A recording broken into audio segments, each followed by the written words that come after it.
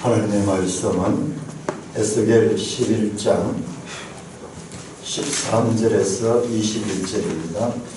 에스겔 11장 13절. 이에 내가 예언할 때에 브나의 아들 블라다가 죽기로 내가 엎드려 큰 소리로 부르짖어 이르되 오호라 주 여호와여 이스라엘의 남은 자를 다 멸절하고자 하시나이까 하니라. 여호와의 말씀이 내게 알려주시되 인자야 예루살렘 주민 내 형제 곧 내 형제와 친척과 온 이스라엘 족속을 향하여 이르기를 너희는 여호와께서 멀리 떠나라.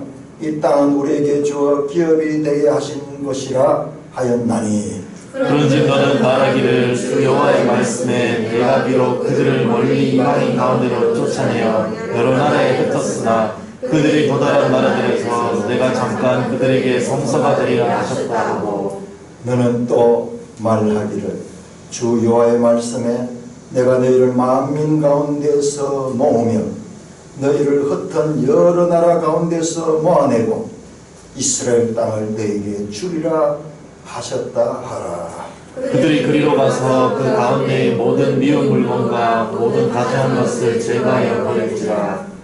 내가 그들에게 한 마음을 주고 그 속에 새 영을 주며 그 몸에서 돌 같은 마음을 제거하고 살처럼 부드러운 마음을 주어 내 율례를 따르며 내 규례를 지켜야 하리니 그들은 내 백성이 되고 나는 그들의 하나님이 되리라. 그러나 미운 것과 가증한 것을 마음으로 따르는 자는 내가 그 행위대로 그 머리에 갚으리라. 나 주 여호와의 말이니라. 그때 그룹들이 날개를 듣고 여기까지일까요?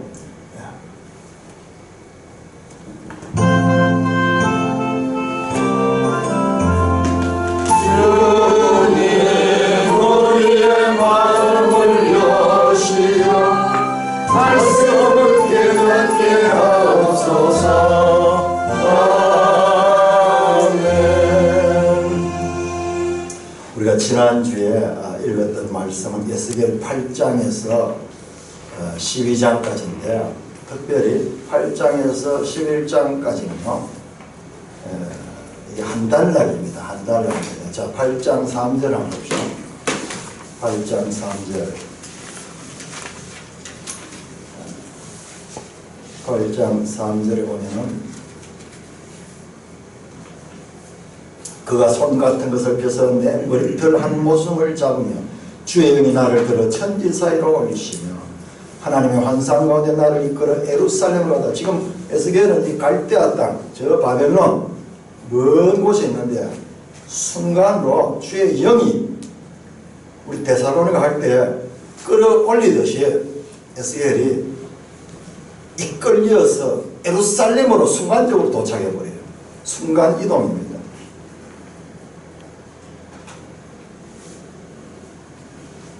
이 영 안에서 일어나는 영 안에서 아마 에스겔의 몸은 그냥 거기 있을 거예요. 그 앞에 보면 장로들하고 지금 집안이 있거든요. 집안이 있는데 갑자기 영이 빠져나가지고 어디로 갔냐 하면 예루살렘으로 갔습니다. 자, 오늘 읽지 않았는데 11장 22절 24절에 보면 24절에 주의 영이 나를 들어 하나님의 영의 환상 중에 데리고 갈대아에 있는 사로잡힌 중에 이제 예루살렘을 갔다가 거기서 다시 이제 갈대아로 오는 거예요. 갈대아. 내가 본 환상이 나를 들어. 그래서 지금 8장에서 11장은 영 안에서 일어난 사건. 순식간에 시간을 초월해버려요. 시간과 공간을 초월해가지고 순식간에 영으로서 예루살렘에 갔다가 그 다음에 영으로서 예루살렘에서 다시 돌아오는 그와 같은 사건입니다. 하나님은 영이십니다. 우리 인생이 볼 수 있는 그런 물질이 아닙니다. 그래서 이 8장에서 11장에 나오는 사건들은 하나님의 영안에서 일어난 사건입니다.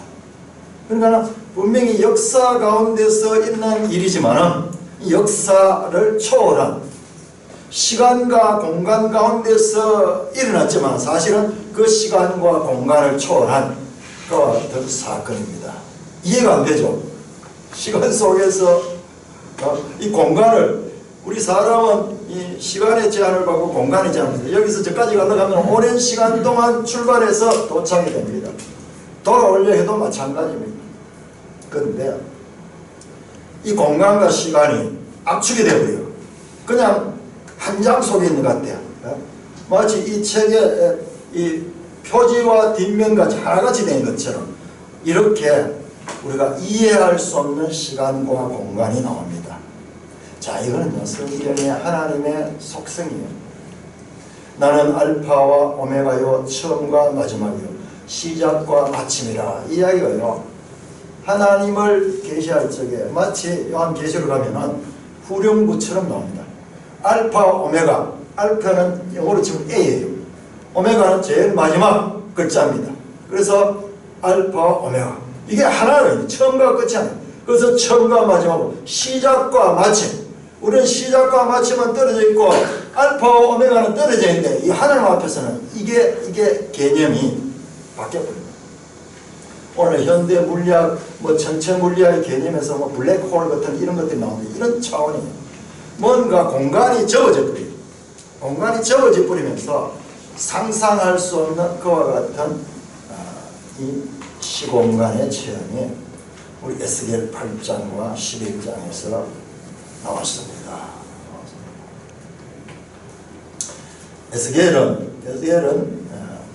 주전 597년 유다의 여호야긴 왕 때 사로잡혀왔습니다. 그때 함께 사로잡혀왔던 자들이 누구냐 그러면 그것이 우리 열왕기에 자세히 나옵니다. 자, 열왕기하 24장 우리 한번 보겠습니다. 열왕기하 24장.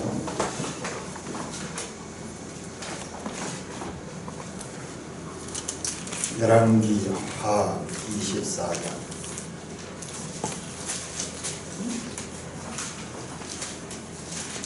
자, 제가 지난주에도 말씀드리고 계속 말씀드립니다.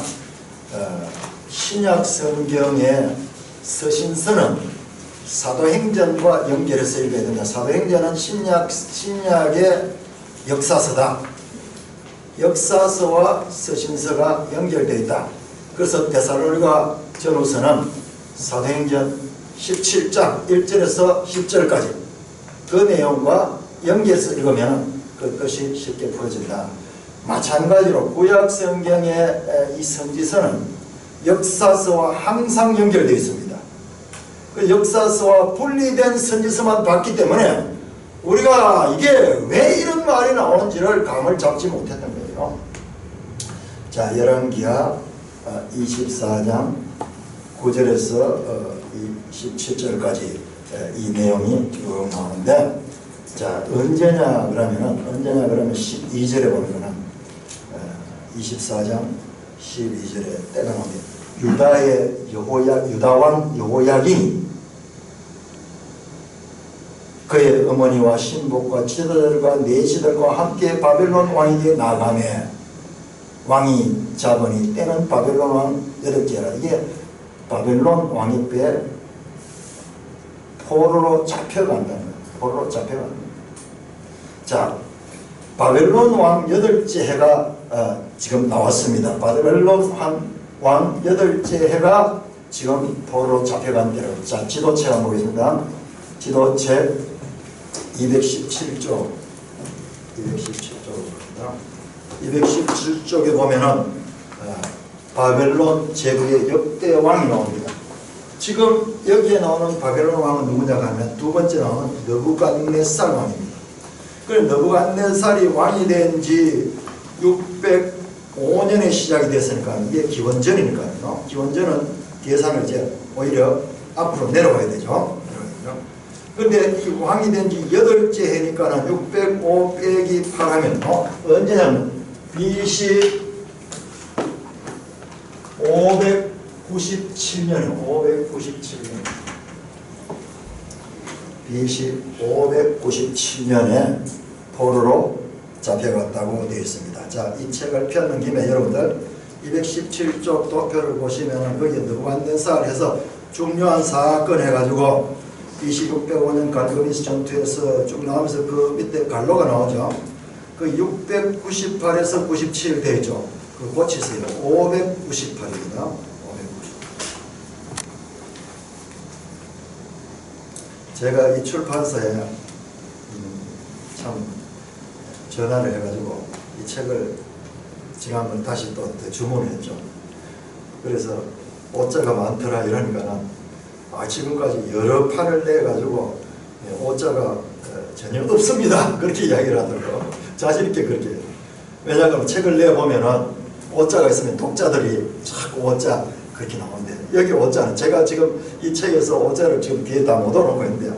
여러 군데 발견했는데 그래 이 책을 자세히 안 보니까 안 보이는 거예요. 이런 건 큰 100년이나 시차가 나는 오자죠.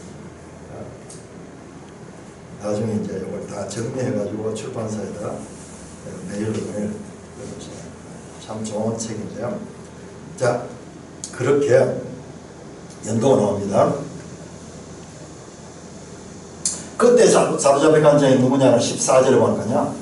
그가 또 예루살렘의 모든 백성과 모든 지도자와 모든 용사 10,000명과 모든 장인과 대장장이를 사로잡아가요. 비천한 자 외에는 그 땅에 남은 자가 없었더라. 이때 에스겔이 잡혀갔습니다. 그러니까 에스겔이 잡혀간 것은 BC 597년이에요. 그러니까 엘리트들이 잡혀갔어요. 엘리트들이 16절에 보면 또 용사 7,000명과 장인과 대장장이 1,000명. 오늘 치면은 기술자들. 우리나라 임진왜란 났을 때 우리나라 기술자들, 도공들이 많이 잡혀갔어요. 그래서 일본 도자기가 그 우리나라에서 잡혀간 그 도공들에 의해서 많이 발전했다는 그런 내용들을 우리가 알고 있습니다. 이때 에스겔이 잡혀갔어요. 597년. 그러니까 예루살렘이 멸망한 것은 BC 586년이니까는 한 10년 전입니다. 10년 전에 먼저 포로로 잡혀갔습니다.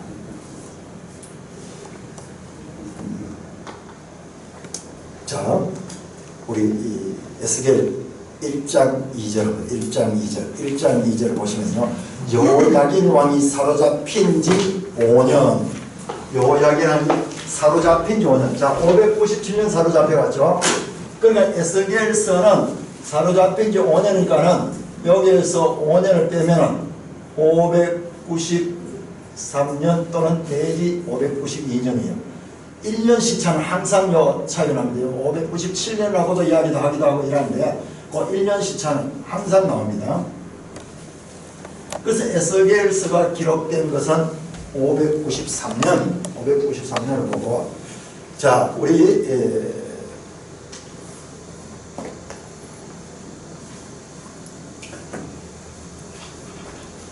에스겔 8장 1절 보면 여섯째 해에 대해서 여기 5째가 593년이니까 여섯째는 592년. 자, 그래서 이 열왕기와 역대기를 비교해보면요. 내용 시간이 정확하게 드러납니다. 성경은 세계사적인 그와 같은 사실을 통하여 하나님이 역사하신 것을 기록하고 있습니다. 우리가 이걸 성도들이요. 이걸 모르고 있는 경우가 많고 교회에서 이걸 가르치지 않아가지고요. 그러니까 이 열왕기 없는 선지서를 읽으면요. 밑도 끝도 없이 하나님이 책망하는 이야기만 나오는 거예요. 책망이. 그러니까 이게 공중에 붕 떠있는 구름 잡는 이야기가 되어버려요. 자, 자, 이와 같은 역사적인 배경을 보면서 자, 우리가 지난주까지 읽었던 이 에스겔서 내용을 한번 정리를 해서 한번 살펴보겠습니다. 여러분들이 읽다 보니까 밀림 속에 들어간 것 같아요. 갑자기 환상 중에 예루살렘으로 가가지고 거기서 어떤 장면도 보고 또 어떨 때는 막 이렇게 하라 그러고 저렇게 하라 하고 말씀하고 막 이렇게 나오기 때문에 우리가 에스겔서를 읽으면 정신이 없어요. 이 지금 어떤 맥락에서 이어지는가 이 내용을 잡기가 쉽지 않은데 오늘 제가 조감도를 제시합니다. 조감도는 뭐냐? 새가 위에서 내려다보는 거예요. 밑에서 보면 보이지 않는 것도 쭉 위에서 보면 보입니다. 자, 우리 이 매일성경 활용합시다. 매일성경 1장에서 3장까지는요. 매일성경 에스겔서 1장에서 3장까지는 에스겔의 소명기사입니다. 에스겔의 소명기사. 에스겔이 언제 어디서 어떻게 하나님의 부름을 받아서 선지자 사역을 했는가 그 내용이 나옵니다. 그리고 4장에서 24장까지는 이스라엘의 심판선 하나님께서 이스라엘 백성들 너희들에게 심판을 할 수밖에 없다 하는 이런 메시지를 주는 거예요. 그리고 우리가 지난주에 읽었던 12장까지는 이 속에 포함이 되죠. 이 속에 포함되기 때문에 이스라엘의 심판선언입니다. 그래서 오늘 설교 제목이 심판선언 1로 그렇게 했어요. 자, 이 큰 맥락을 놓치고 읽으면요, 그야말로 숲속을 헤매는데 이게 방향이 어딘지도 모르고 지금 왔다 갔다 하게 되는 거예요. 자, 내일 성경 우리 한번 볼까요? 내일 성경 제목만 읽으면 큰 내용이 보입니다. 자, 내일 성경 17일자 보시면 17일자 해설의 제목이 예루살렘 포위입니다. 예루살렘 포위 4장에 관한 내용이죠. 예루살렘 포위가 이게 바로 하나님 심판의 내용이에요. 하나님이 심판하신다. 예루살렘은 포위되고 나중에 바벨론에서 멸망당하게 될 것이다. 자, 그 다음 페이지 넘기시고 그 다음에 18일자 보니까 예루살렘의 함락. 자, 4장 5장은 예루살렘이 심판당하게 되고 마침내 그래서 함락될 것이다. 그 다음 페이지 6장은 우상 숭배를 심판한다. 같은 내용이요. 심판받는데 왜 심판하는데? 너희들이 우상 숭배를 했기 때문에 심판을 받는다. 자, 그 다음에 또 페이지 봅시다. 7장은 뭐냐?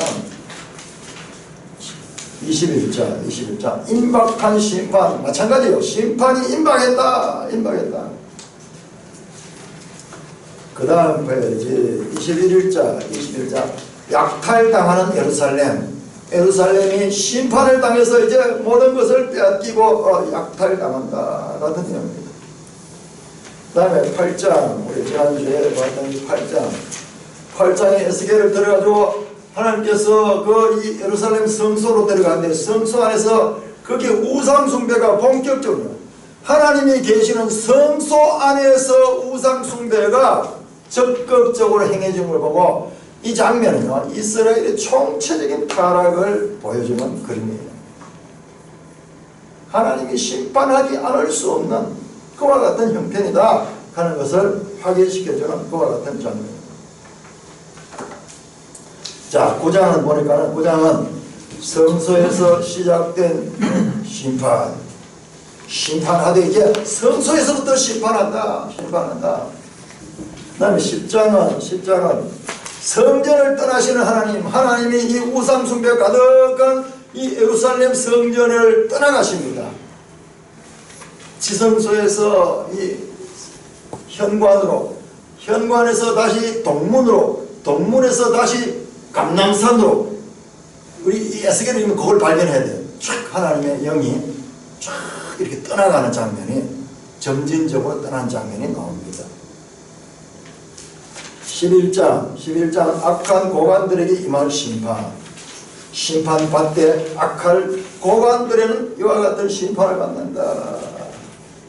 자, 26일장은 뛰어넘고요. 12장 들어가면 12장은 27일장 유배를 예고하는 상징 행동, 이것도 마찬가지로 심판을 받아서 포로로 잡혀가는 거예요. 그걸 상징 행동을 보여줍니다. 그 다음에 28일자 임박한 종말, 한마디로 모든 내용이 심판선, 하나님의 심판선이다. 근데 유일하게 우리가 오늘 읽었던 본문이 있는 26일자는요 소망. 이걸 기억하세요. 심판선언 가운데, 이 긴 심판선언 가운데 아주 가늘한 한 줄기 비치는 소망의 메시지가 오늘 읽었던 그 본문이에요. 본문. 자, 이와 같이 이스라엘 심판선은 앞으로 24장까지 다음 주도 계속 나옵니다. 지리한 내용이 나옵니다. 왜 심판을 받을 수밖에 없는가를 하나님께서 가르쳐줘요. 다음 주에 읽은 내용은 되게 구체적입니다. 이 실제로 볼 이스라엘의 선지자들이 거짓 선지 예언을 하고 뭐 이런 내용들이 쭉 나와요. 그리고 그 이스라엘의 부패를 비유를 하는데, 어린아이 때 예쁜 딸아이를 데려와서 입양해가지고 그냥 길러가지고 너무 아름답게 키웠는데 그들이 막 나가서 뭐 온갖 나쁜 짓을 당하는 그런 내용들을 알아들을 수 있도록 그렇게 자세하게 나옵니다. 아주 흥미진진합니다. 자, 에스겔서를 보니까 하나님의 심판선언이 계속 나옵니다. 그런데 여러분들 약간 폭넓게 한번 생각하세요. 이게 에스겔뿐만 아니에요. 에레미야도 마찬가지였어요. 에레미야도 마찬가지입니다. 그리고 다른 선지서들도 마찬가지예요. 시편에서도 이것이 나온다. 시편에서 나옵니다. 자, 우리가 지금 여기에 와서 한번 성경을 다시 한번 정리를 해봅시다. 정리를 합니다. 계속 반복해야 돼. 계속 반복하면 우리 속에 구약 성경은 우리에게요 하나의 틀을 제공합니다. 틀. 그래서 모든 성도들은 구약 성경이 제시하는 이와 같은 틀을 우리 속에 세워야 합니다. 자, 구약 성경 전체, 신구약 성경 전체를 시대 구분하면 첫째, 창조 시대가 있어요. 창조 시대. 요거 언제죠? 어디에 나오죠? 이게 창세기 1에서 11장입니다. 그 다음에 둘째, 족장시대. 창세기 12장에서 50장까지. 그 다음에 세 번째, 이제 모세시대 나오죠. 모세시대. 자, 출애굽기부터 신명기까지 이렇게 연결되죠. 자, 네 번째 무슨 시대입니까? 그렇죠. 사사시대. 사사시대는 여호수아 그리고 사사기 이 내용입니다. 그 다음에 다섯 번째 왕정시대입니다. 왕정시대. 자, 왕정시대는 뭔가 사무엘상 하부터 해서 열왕기. 사무엘상하는 사사시대하고 왕정시대를 걸쳐 있습니다. 여기 사무엘상하를 위로 올려봅시다. 이제 사무엘상하에서는 이제 왕이 처음 왕정시대 처음 시작되는 나오죠. 왕상, 열왕기, 왕하, 그 다음에 대상, 대하, 역대, 이상하 같은 내용이죠. 이스라엘 왕정시대를 나오죠. 그 다음에 여섯 번째 시대가 무슨 시대일까요? 포로시대. 그렇죠. 포로시대. 포로시대는 이제 대라는 역대기하고 그 다음에 에스라 그 다음에 느헤미야, 그렇죠? 에스라, 느헤미야, 에스더 이런 내용이 포로시대죠. 자, 그 다음에 좀 더 연결시키면요, 7번째가 뭐냐 그러면은 우리 이 시대는 그게 없어, 시간이 없어. 이게 중간기라고 하는데요. 요게 BC 400년에서 예수님 오실 때까지입니다. 예수님 오실 때까지. 이때는 계시가 없습니다. 자, 8번째로 치면, 8번 치면요, 신약시대, 신약시대. 그 다음에 9번째까지 치면은 사도시대.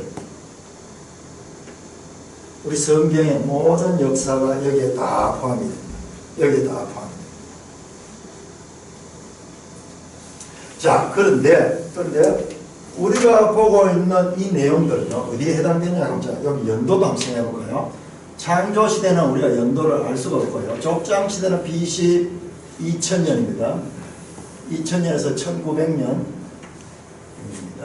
자, 이때부터 한 430년간 애굽에 있었습니다. 그래서 모세시대는요, 모세시대는 BC 1500년이에요. 1500년. 그 다음에 사사시대는 이제 1400에서 한 1100년까지, 600년까지. 왕정시대는 1000년경에서 여기서 500년경까지입니다. 500년경까지 이렇게 잡읍시다. 자, 포로시대는 이제 이 포로시대는 역시 500년대죠. 500년대 이 포로가 됩니다. 그리고 포로시대, 포로 후기까지 포함했으니까 한거는 여기서 400년까지. 그 다음에 중간기 역사 나오지 않죠. 그 다음에 이건 이제 BC죠. BC, AD 이렇게 나눠집니다. 자, 그런데 이와 같은 하나님의 심판 선언이 나타나는 시기가 언제냐 그러면요. 언제냐 그러면 그게 여기입니다. 여기.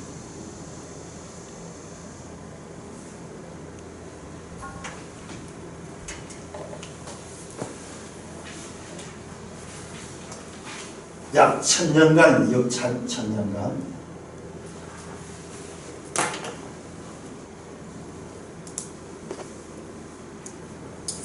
더 구체적으로 한 구약성경 출애굽기 가운데서도 출애굽기 19장에 19장. 왜 출애굽기 19장일까요? 왜 출애굽기 19장일까요? 출애굽기 19장에서 24장까지는 뭐냐? 시내산 언약이죠. 시내산 언약. 시내산 언약이 중요한 이유는 뭐냐 하면 이때부터 이스라엘이 하나님의 백성이 되는 거예요. 그 이전까지는요, 관계없습니다. 하나님의 백성이 되는, 이스라엘이 하나님의 백성이 되는 걸 그냥 하나님께서 마음 먹었다고 되는 것이 아니라 하나님과 이스라엘 백성 간의 언약을 체결했습니다. 우리말로 계약이에요. 계약. 계약을 통해서 그렇게 관계가 성립된다. 결혼식을 했다는 결혼식. 결혼 언약식입니다. 정확한 이유는요. 그냥 행사하는 거 아니에요. 결혼을 통해서 정인들 앞에서 약속을 하는 거예요. 약속. 그 본질을 잃어버리니까는 오늘 사람들이 그냥 식을 하는데 그 내용을 잃어버린 거예요. 이거는 목숨으로 지켜야 될 언약입니다. 그래서 24년에 피를 뿌려가지고 언약을 하잖아요. 우리가 성경 읽을 때도 그런 부분을 늘 염두에 둬야 돼요. 자, 이 모든 관계를 이때부터 이 왕정시대가 약 1000년 기간까지는 이와 같은 역사서 사사시대와 왕정시대의 모든 삶의 법이 뭐냐면 이 언약이에요. 언약. 이스라엘 백성은 특별한 백성입니다. 선민이에요. 선민. 선민이기 때문에 뭐냐면 하나님의 법을 지켜야 돼요. 이스라엘의 헌법이 뭐냐면 헌법이 바로 저 언약의 법이라는 그와 같은 말씀입니다. 이걸 놓치면 안 됩니다. 그래서 사사시대, 왕정시대, 2000년 기간 동안 이와 같은 법을 가진, 이와 같은 하나님과의 관계에서 언약 법을 가진 백성이 그 법을 가지고 어떻게 살았느냐, 법을 따라서 잘 순종하면서 살았느냐? 그러면요, 복을 주고, 자, 그 법을 줬지만은 그 법을 불순종하며 살았냐? 거기에 대한 저주가 있습니다. 상벌종, 상벌종.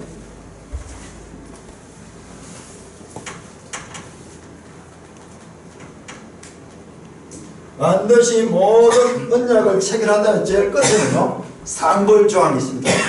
계약만 맺는 그 자체가 중요하다. 그 계약을 지키느냐 지키지 않느냐가 중요하기 때문에 그런 것입니다. 자, 그 상벌조항이 어디 나와 있느냐? 레위기 26장입니다. 레위기 26장. 레위기는 전부 다 법입니다. 법.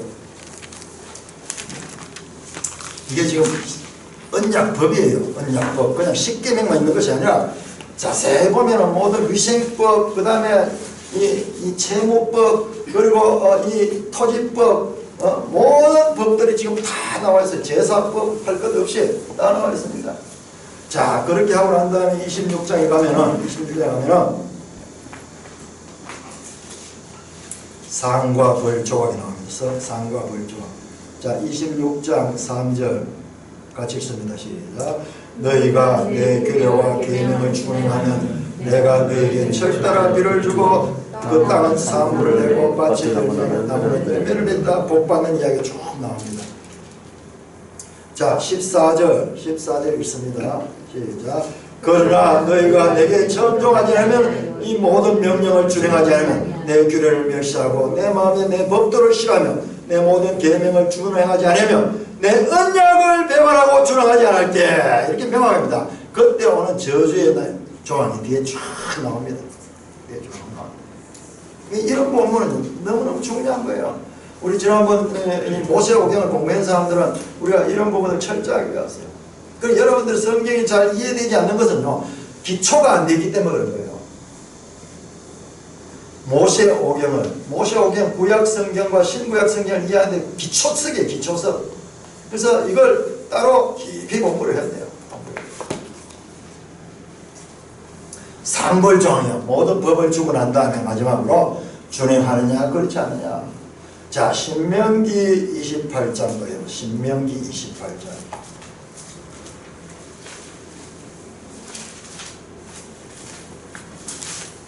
자, 신명기는 언제 쓰여졌냐 그러면요, 모세오경에 관계를 해야 됩니다. 자, 출애굽기가 있고 그 다음에 민수기가 있고 신명기가 있는데, 출애굽기는 그 출애굽할 때 그 시내산 언약을 맺는 그 내용이 나오고요.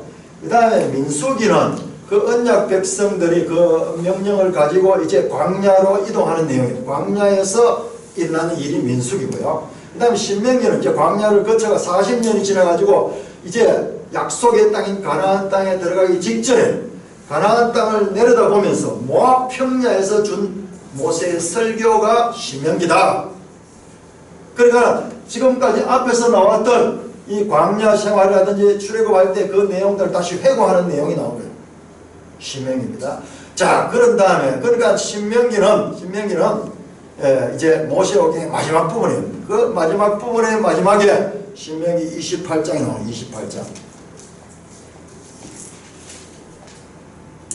28장 1절 같이 읽습니다. 시작. 내가 내 하나님 여호와의 말씀을 삼가 듣고 내가 오늘 내게 명령하는 그의 모든 명령을 지켜야 하면 내 하나님 여호와께서 너를 세계의 모든 민족 위에 뛰어나게 하실 것이라. 내가 내 하나님 여호와의 말씀을 천정하면 이 모든 복이 내게 임한다 하면서 복에 대한 내용이 쫙 나옵니다. 들어가도 복을 받고 나가도 복을 받고 쫙 복을 받고 구워줄지라도 너희는 꾸진 않을 것이고 머리가 되고 꼬리가 되지 않고 좌우나 우나 치우치지 않고 다른 신을 섬기지 않으면 너희가 이와 같이 복을 받는다 이야기 나옵니다. 15절 자, 28장 15절 시작. 네가 만일 네 하나님 여호와의 말씀을 순종하지 않으면 이제는 15절부터는 불순종했을 때 당하게 될 벌에 대한 내용이 나옵니다. 그러니까 항상 이 언약은 이 법인데 이 법을 지키는 자에게는 상을 복을 주고 이 법을 지키지 않는 자에게는 벌을 주는 그 내용으로 나와 있습니다. 그런데요, 이 벌을 받는 내용이 3배나 더 길게 나와 있어요. 근데 앞에 복 받는 내용은요, 교회 오래 다니는 분들은 많이 들었을 거예요. 옛날 부흥 강사들 오면 늘 이분만 설교해요. 들어가도 복을 받고 나가도 복. 그런데 그보다도 3배나 길게 자세하게 설명된 이 저주 부분은 거의 노코멘트를 해버려요. 그럼 뭐냐면 우리가 성경을 내가 보고 싶고 내가 받고 싶은 것만 보려고 하는 거예요. 복 받는 거 못 하는 거예요. 어떻게 하면 복을 받고 어떻게 하면 저주를 한다는 하나님의 말씀을 제대로 들으려 하지 않고 내가 복 받는 것만 지금 생각을 하니까 이렇게 우리 성경 읽기가 편중되는 거예요. 자, 그런데요, 신명기는 28장 68절까지 나오고요. 거기서 끝나지 않고요. 여기다 플러스란 플러스. 소위 이 장소가 지금 이 모압 평야거든요. 모압 평야. 그래서 모압 평야에서 시내산 언약에 줬던 이 법, 이 시내산 언약, 시내산에서 맺은 시내산 언약에다가 조금 더 플러스를 합니다. 그게 뭐냐면 모압에서 주는 새로운 언약입니다. 모압 언약, 모압 언약. 그래서 최종적인 모세오경의 최종적인 법은 이 법은 뭐냐 그러면 요 시내산 언약과 모압 언약이 포함됩니다. 포함됩니다. 그래서 29장의 제목이 제가 가진 성경 모압 땅에서 세우신 언약인데 여기 어디까지 가느냐 하면 30장까지 이어져요. 3장까지 이어집니다. 자, 그래서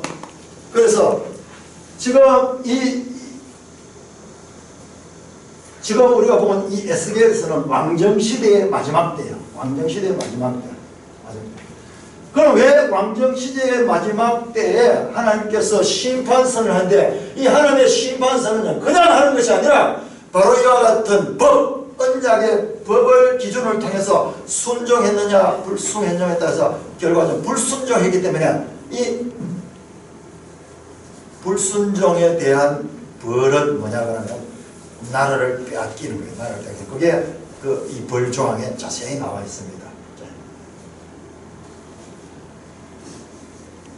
자, 왕정시대의 마지막에 선지자들, 에레미야 선지자, 에스겔 선지자, 다니엘 선지자, 이런 선지자들이 직접적으로 나왔던 것도 마찬가지예요. 심판을 선언한 거예요. 왜? 이 역사, 언약법을 가지고 있는 이스라엘 백성들이 역사 가운데서 그 법을 지키지 않았던 결과 모든 저주가 임하게 된다는 말씀입니다. 여러분 이거 빼버리고요. 이 큰 뼈대를 놓쳐버리고 그렇게 읽으면요. 하나님이 뭐 들쑥날쑥하면서 익혔다가 적혔다가 익혔다가 적혔다가 막 그런 거지 뭐예요. 하나도 그런 거 아니에요. 하나도 그런 거 딱 어울려요. 딱 어울려요. 1000년 기간 동안 참고 기다려봤습니다. 참고 기다려보고 또 기다림만 있지 않았어요. 계속 거기에서 말씀을 주고 사인을 주고 사건을 통해서 역사하시고 그렇게 했어요. 그럼에도 불구하고 그들이 불순종했음에도 참고 기회를 줬는데 이제 참을 수 없는 지경까지 왔는 거예요. 불순종이 극치에다는 거예요. 그게 우리가 지난주 읽었던 내용이에요. 성전 안에서 우상숭배를 막는 제사장들과 지도자들이 성전 안에서 대놓고 우상숭배를 하는 거예요. 그걸 보여주는 거예요. 보여주면서 내가 더 이상 참지 못하겠다. 그 말씀입니다.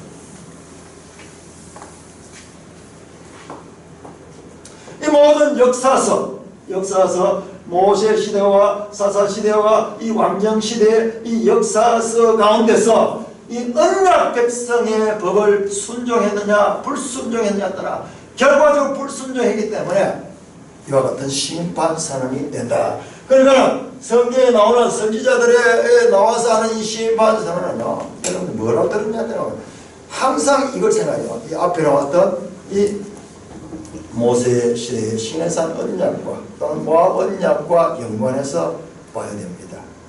여러분 그걸 자세히 비교해 보면요, 딱 여기 다 나와요. 지금 당하고 있는 이스라엘 민족의 이 나라를 빼앗기게 되고 그 빼앗김으로 말미암아서 생겨나는 모든 불행한 일들, 거기에 대한 내용이 미리 다 나와 있어. 미리 다 기록해 놨어요. 다 기록해 놨어요. 자, 질문하겠습니다. 질문. 자, 여러분들 자, 언뜻 보면요. 에스겔에서 하나님께서 계속 꾸짖어요. 우리 아까 제목 봤잖아요. 계속 꾸짖어요. 너도 망한다 꾸짖어. 너희들 망한다. 자, 왜 성경에는 이와 같이 하나님의 심판 선언의 내용이 이렇게 많이 나올까요? 이렇게 많이. 왜 이렇게 많이 나올까요? 여러분 한번 대답해 보세요. 왜 성경에 같은 내용, 전부 이 내용, 이런 내용이 여기에 해당되는 내용, 이 선지서들이 거의 이 내용.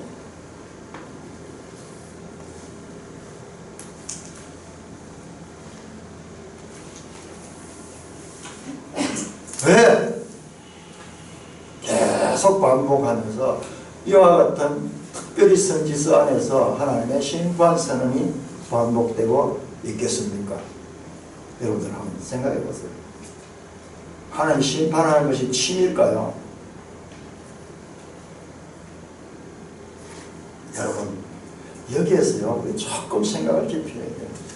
하나님은요 심판하기 싫은 거예요. 정말 심판하기 싫은 거예요. 하나님이 심판해보면 이건 단숨에 다 불살라질 수 있습니다. 그런데 하나님께서요 이 귀중한 성경책을 이 많은 양을 할애해가지고 계속 심판 선언을 하는 거예요. 심판하는 내용은 짤막한데 심판하는 내용은 그 역사서 가운데 끝에 짤막하게 나옵니다. 그런데 이 심판 너가 그러면 심판 당한다 하는 이 말씀은 왜 이렇게 길게 하는가? 이건요 하나님은 심판하기 싫습니다. 오히려 심판을 당하게 되면 너희가 이와 같은 불행한 일을 당하게 된다 하는 이 내용을 알려줌으로 말미암아서 이스라엘의 심판을 당하지 않고 회개하여 돌아오기를 바라시는 하나님의 심정을 느껴야 됩니다. 많은 사람들이 교회사를 보면요 구약 성경의 하나님은 무서운 하나님이다. 그래서요 구약의 하나님은 폭군 하나님이라고 보고요. 그래서 우리 이 종교개혁 이후에도요 신약만이 하나님 말씀이다. 구약은 이스라엘의 하나님 말씀이고 신약만이 우리 말이다 하는 그런 주장을 하는 무리들이 많이 있습니다. 많이 있습니다.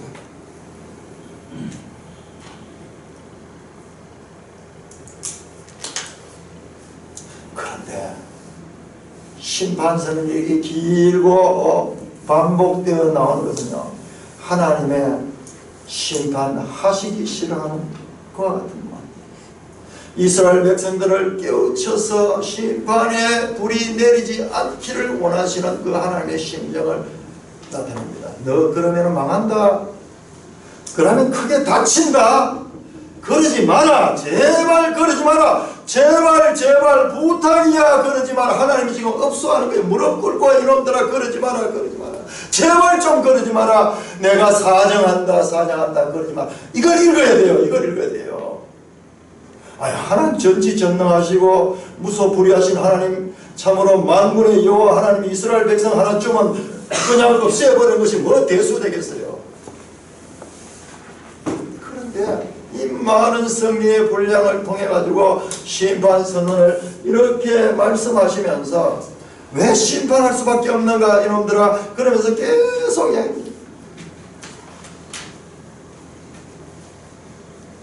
무서운 심판 선언의 이면에는 정말 심판하시기를 싫어하시는 하나님의 그 마음을 담고 있다는 것을 우리가 놓쳐서는 안 됩니다. 반복되는 하나님의 심판선은 어떻게 보면 중언부언하고 횡설수설하고 갈팡질팡하시는 하나님으로 보입니다. 제가 이 선지서를 지난번에 어려움을 당해가지고 새벽기도 나기 시작하면서 선지서를 막 읽었는데 그런 말씀 막 땡기더라고요. 막 읽었는데 제가 뜻은 모르겠는데 보니까 하나님이 갈팡질팡하게 익혔다가 적혔다 하고 막 이런 것 같더라고요. 횡설수설하고 갈팡질팡하고 막 좋아했다가 기뻐했다가 슬퍼했다가 막 화냈다가 기뻐하고 막 이러는 거더라고요. 근데 그걸 제가 이렇게 돌이켜 생각해보면 마치요 할아버지 할머니가요 그 손주들을 보고 그렇게 다루는 것 같아요. 우리 인간의 표현하면 그 이상 뭐가 없는 것 같아요. 그 손주들이 노는 모습을 잘못되는 데 보니 야야야야 하면서 말하는 그런 모습을. 자, 우리 성경 한번 찾아봅니다. 스바냐서 3장. 그게 맞아요. 그게 맞아요. 스바냐서 3장. 우리 잘 안 찾는 성경이 저 뒤에 구약 성경 뒤에 스바냐 3장입니다. 스바냐 3장. 스바냐 3장 17절. 3장 17절.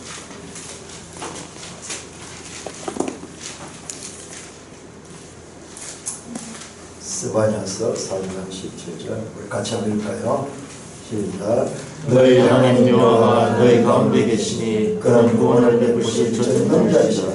그가 너로 말미암아 기쁨을 이기지 못하시며 너를 잠잠히 사랑하시며 너로 말미암아 즐거이 부르며 기뻐하시라 하라. 이 하나님의 심정을 선지자를 통해서 이렇게 됩니다. 하나님이요, 우리가 구원받을 적이요, 구원받을 적에 기쁨을 하나님이 이기지 못하고 하나님이 몸둘 바를 모를 정도로 지금 기뻐하시는 거예요.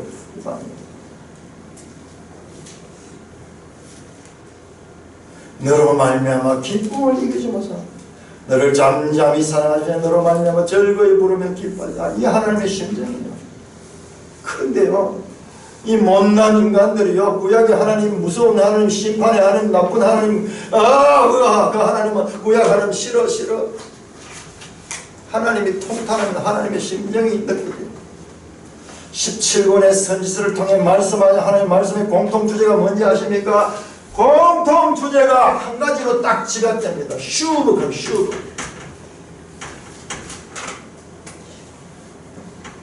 슈브가 뭐냐?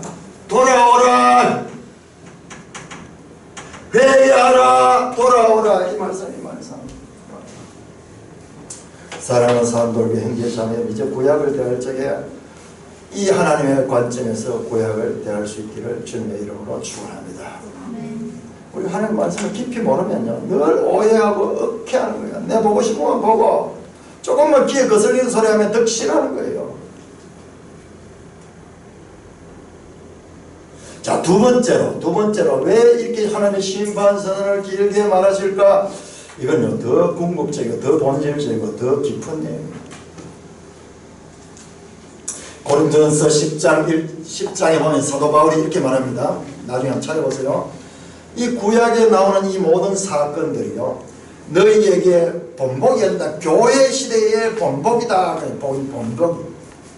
특별히 11절에는요, 그들에게 일어난 이런 본복이 되고 또한 말세를 만난 우리를 깨우치기 위하여 기록했다. 신약시대, 교회 시대를 깨우치는 메시지가 그 속에 들어있다는 말씀이에요. example, 영어 성경 example이죠. 요 구약 성경의 사건들은요, 하나의 본보기, 우리에게 하나의 이 모델이다 하는 말씀입니다. 여러분, 그래서 우리 구약 성경에 있다 보면 귀에 닿지 않도록 듣게 되는 바벨론에 의한 예루살렘의 멸망에 관한 이야기가 계속 나오잖아요. 계속. 자, 그것을 요한계시록 18장에 가면요, 이 세상 나라가 멸망할 때를 갖다가 무너졌도다 큰 성 바벨론이요, 그렇게 표현해 버립니다. 구약에 나오는 역사는요, 그게 이례적인 역사였지만 그 역사를 통해서 모든 시대를 조명할 수 있는 그와 같은 틀을 우리에게 제공하고 있는 것입니다.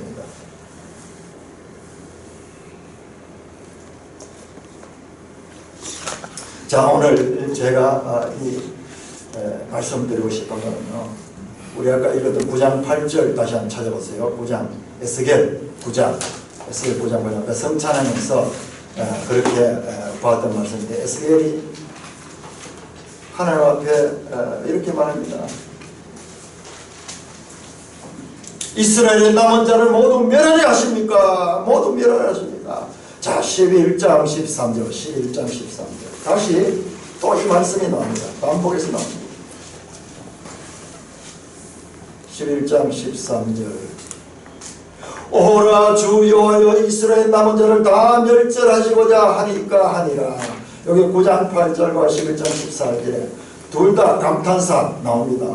이 탄식하는 오호라 에제라, 이 사람 죽었을 때 나오는 소리예요. 우 하면서 우, 슬프다 하는 거죠. 오호라 에제라, 우리말에도 그 나오잖아요. 장례식 때 나오는 말이에요. 주 여호와여 이스라엘 남은 자를 다 멸절하고자 하니까 그렇게 묻습니다. 근데 이 질문에 대한 답변이요, 오늘 11장 17절부터 그 21절까지 이 말씀, 그야말로 우리가 아까 쭉 제목을 살펴봤잖아요. 이 에스겔서에 계속되는 하나님의 심판선언 가운데서도 유일하게 소망의 빛이 나는 그 본문이 바로 에스겔의 이 기도에 이어서 나옵니다. 이 기도가 하나님의 이 말씀을 끌어올려냈습니다. 마치 마중물처럼.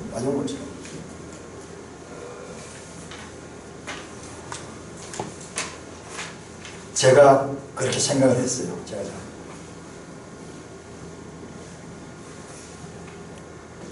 에스겔은 하나님의 말씀에 대한, 언약에 대한 이해가 있었어요. 자, 하나님께서 이 남은 자를 다 멸절하고자 하니까라는 이 기도 속에 담긴 이 질문, 하나님께 대한 질문은 그냥 탄식 소리 이상의 중요한 메시지를 가지고 있습니다. 제가 오늘 시간이 없어서 이 모세의 기도를 찾지는 못하겠는데, 모세의 기도에 보면 똑같은 내용이에요. 하나님께서 이스라엘 백성들이 우상숭 매는 다 멸하라고 했을 때 모세가 중재를 하면서 기도하는데 그때 이 하나님께서 갑자기 모세의 기도를 통해 하나님 뜻을 돌이키는 내용이 나와요. 출애굽기 32장에 나오는데 나중에 여러분 한번 찾아보세요. 자, 이 에스겔의 기도는 아주 중요한 하나님의 새로운 계시를 제시하는 마중물 역할을 했다고 하는데요. 자, 에스겔이 무엇을 알았기 때문에 이 기도를 했다고 생각하냐면, 다시 한번 레위기 26장 한번 보세요. 레위기 26장. 자, 아까 말씀드렸죠. 레위기 26장과 그리고 신명기 28장에서 30장까지는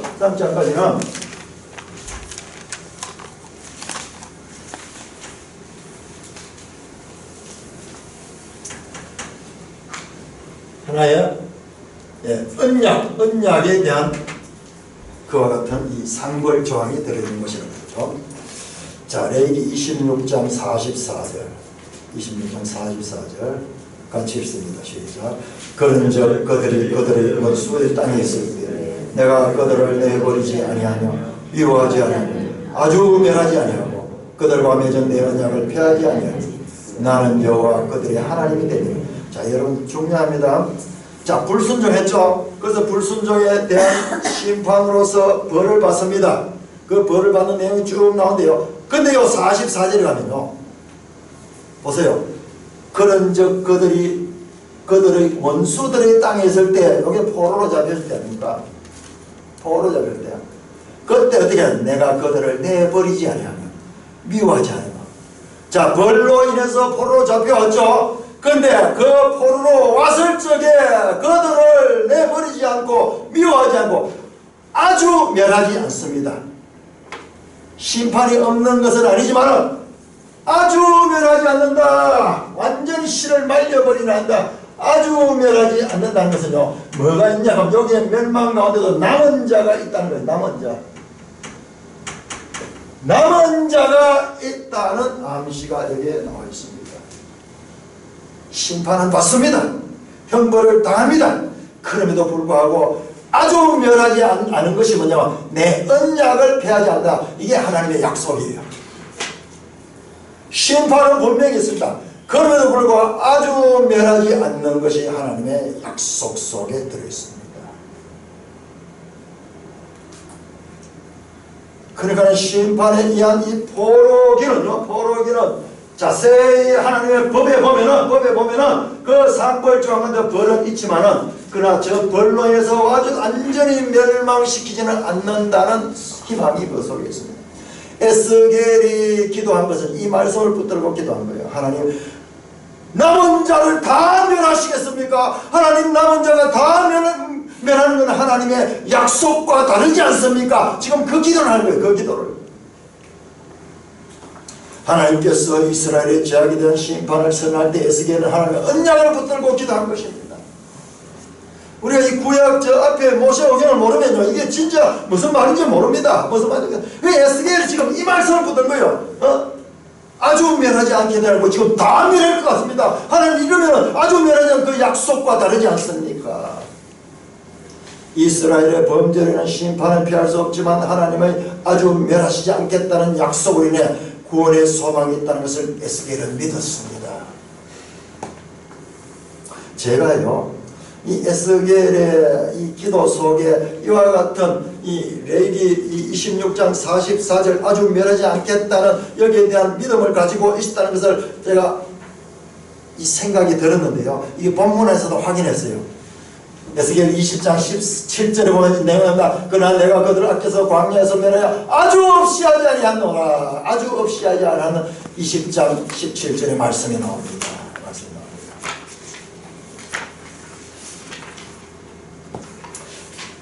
우리가요, 하나님 앞에 어떻게 기도해야 할지를 이 사건은 잘 보여주고 있습니다. 여러분, 이것도 한번 찾아보세요. 출애굽기 32장도 나중에 혼자 한번 찾아보세요.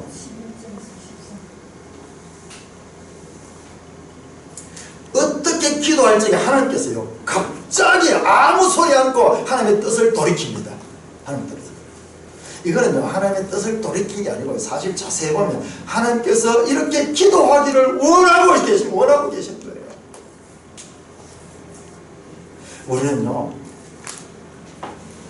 하나님께 기도하되 어떻게 기도하냐, 하나님의 약속을 붙들고 기도하면 하나님께서 반드시 들어주십니다. 기도하되 하나님의 약속의 말씀을 붙들고 기도하시는 저와 여러분 되시기를 주님의 이름으로 축원합니다.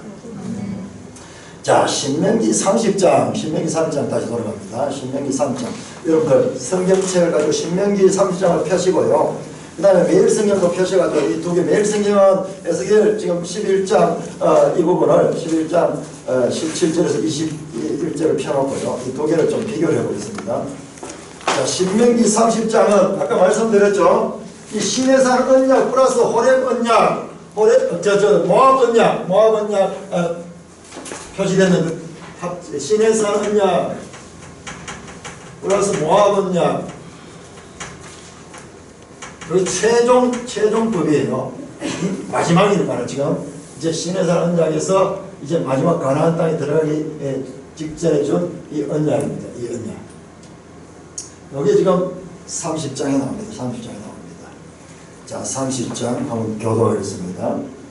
30장 1절부터 제가 1절을 읽겠습니다. 내가 너에게 진술한 이 모든 복과 저주, 이게 뭐냐면 앞에 나왔던 신명기 28장에 나온 복과 저주입니다. 이것이 내게 임함으로 네가 하나님 여호와로부터 쫓겨난 모든 나라 가운데서 이 일이 자, 여기 보세요. 쫓겨나갔다고 이미 알고 있잖아요.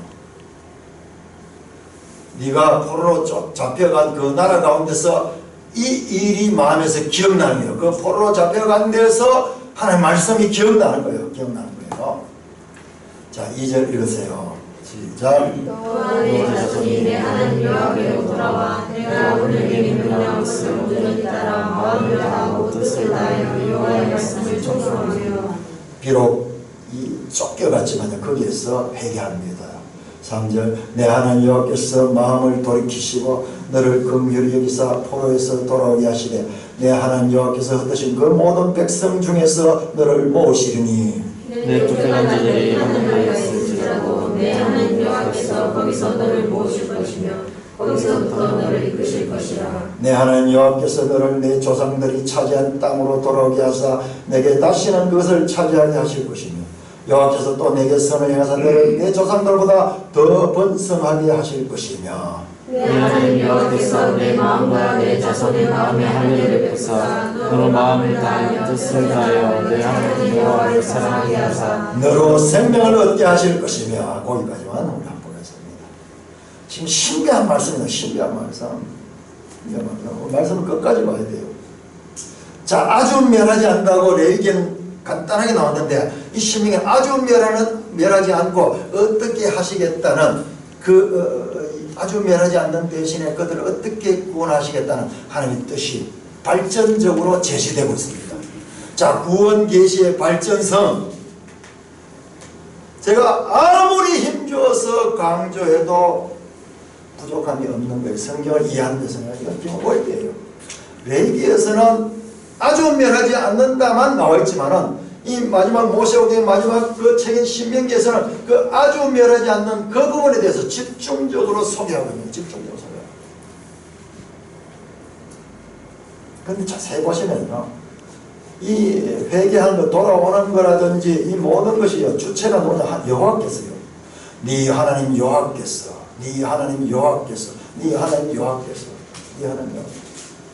단지 이스라엘 백들이 쫓겨간 모든 나라 가운데서 거기에서 이제 정신을 차리고 우리가 지금 하나님의 말씀을 어겼기 때문에 이와 같은 벌을 받는 거 이제 깨닫기 시작하고 그들이 회개하게 되는 그 과정이 있고요. 나머지는 전부 하나님께서 네 하나님 여호와께서, 네 하나님 여호와께서, 네 하나님 여호와께서. 결정적으로 6절에 보죠. 네 하나님 여호와께서 네 마음과 네 자손의 마음에 할례를 베푸사 너로 마음을 다하여 뜻을 다하여 네 하나님 여호와를 사랑하여서 너로 생각하게 하라. 하나님께서요, 마음의 할례를, 마음을 찢는데요. 마음 할례가 하는 게요, 찢는 거예요. 수술하는 거, 수술.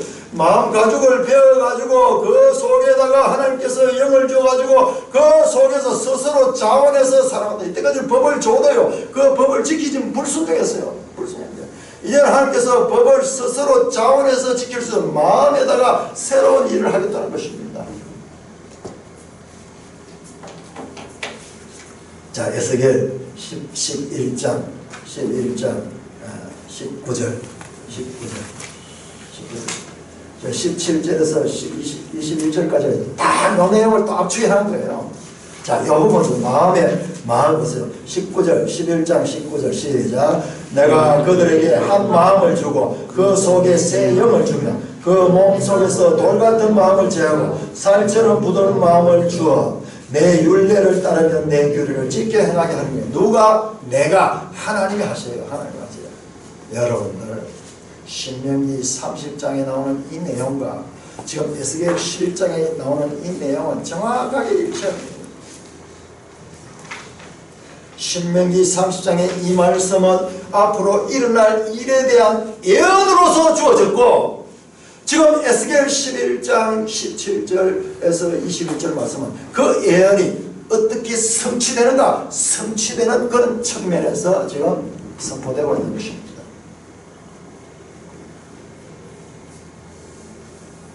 이어지는 내용들도 마찬가지입니다. 이어지는 내용들도 마찬가지입니다.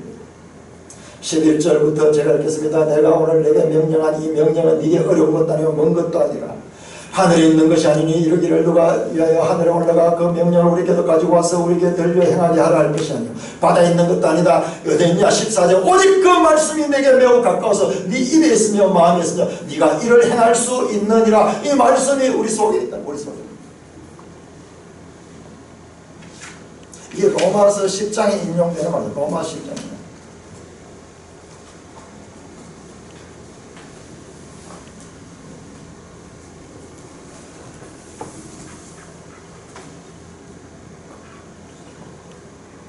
에스겔 11장 17절에서 20절 아주 중요한 이 어둠 가운데 깜깜한 어둠, 하나님의 심판선언만 이어지고 있던 이 가운데서 한 줄기 빛처럼 나오는 이와 같은 아주 멸하지 않으시고 부정적으로 멸하지 않으시고 말이에요. 적극적으로 하나님께서 새 영을 주셔가지고 새로운 삶을 살 수 있도록 하나님께서 하시겠다는 이 약속이 여기서 선포되고 있습니다. 이것은요, 에스겔이 하나님 이렇게 이스라엘 남은 자를 다 멸하시키면 겠냐는 이런 질문, 언약과 다르지 않습니까? 라는 이 질문에 대한 하나님께서 반응으로 주신 말씀입니다. 이 그림으로 비하면요, 흑암처럼 깜깜한 이 화면 가운데요, 한 줄기 빛이 쫙 돌아오는 한 줄기. 자, 이와는 반대로요. 이와 반대로 끝까지 하나님의 구원의 약속에 불순종하는 자들. 자, 신명기 30장 17절 18절. 신명기 30장 17절 18절과 에스겔 11장 21절을 한번 비교하는 볼까요? 신명기 17장, 먼저 신명기 30장 17절 18절 시작. 그러나 네가 만일 마음을 돌이켜 듣지 아니하고 유혹을 받아 다른 신들에게 절하고 그를 섬기면 내가 오늘 너에게 선하니 너희가 반드시 망할 것이라. 너희가 요단을 건너가서 차지할 땅에서 너희 날이 길지 못할 것이라. 에스겔 11장 21절 시작. 그러나 미운 것과 가증한 것을 마음으로 따는 자는 내가 그 행위대로 그 머리에 갚으니 나 주 여호와의 말이니라. 신명기 30장 17절 18절과 우리 지난번 공부했던 데살로니가 후서 2장 11절 12절. 이러므로 하나님이 미혹의 역사를 그들에게 보내사 거짓 것을 믿게 하시면 진리를 믿지 않고 불의를 좋아하는 모든 자로 하여금 심판을 받게 하려 하심이라. 마음이 유혹을 받아 다른 신들을 섬기는 거예요. 마음이 유혹을 받아서 이 진리를 떠나는 자들에게는 멸망밖에 없습니다.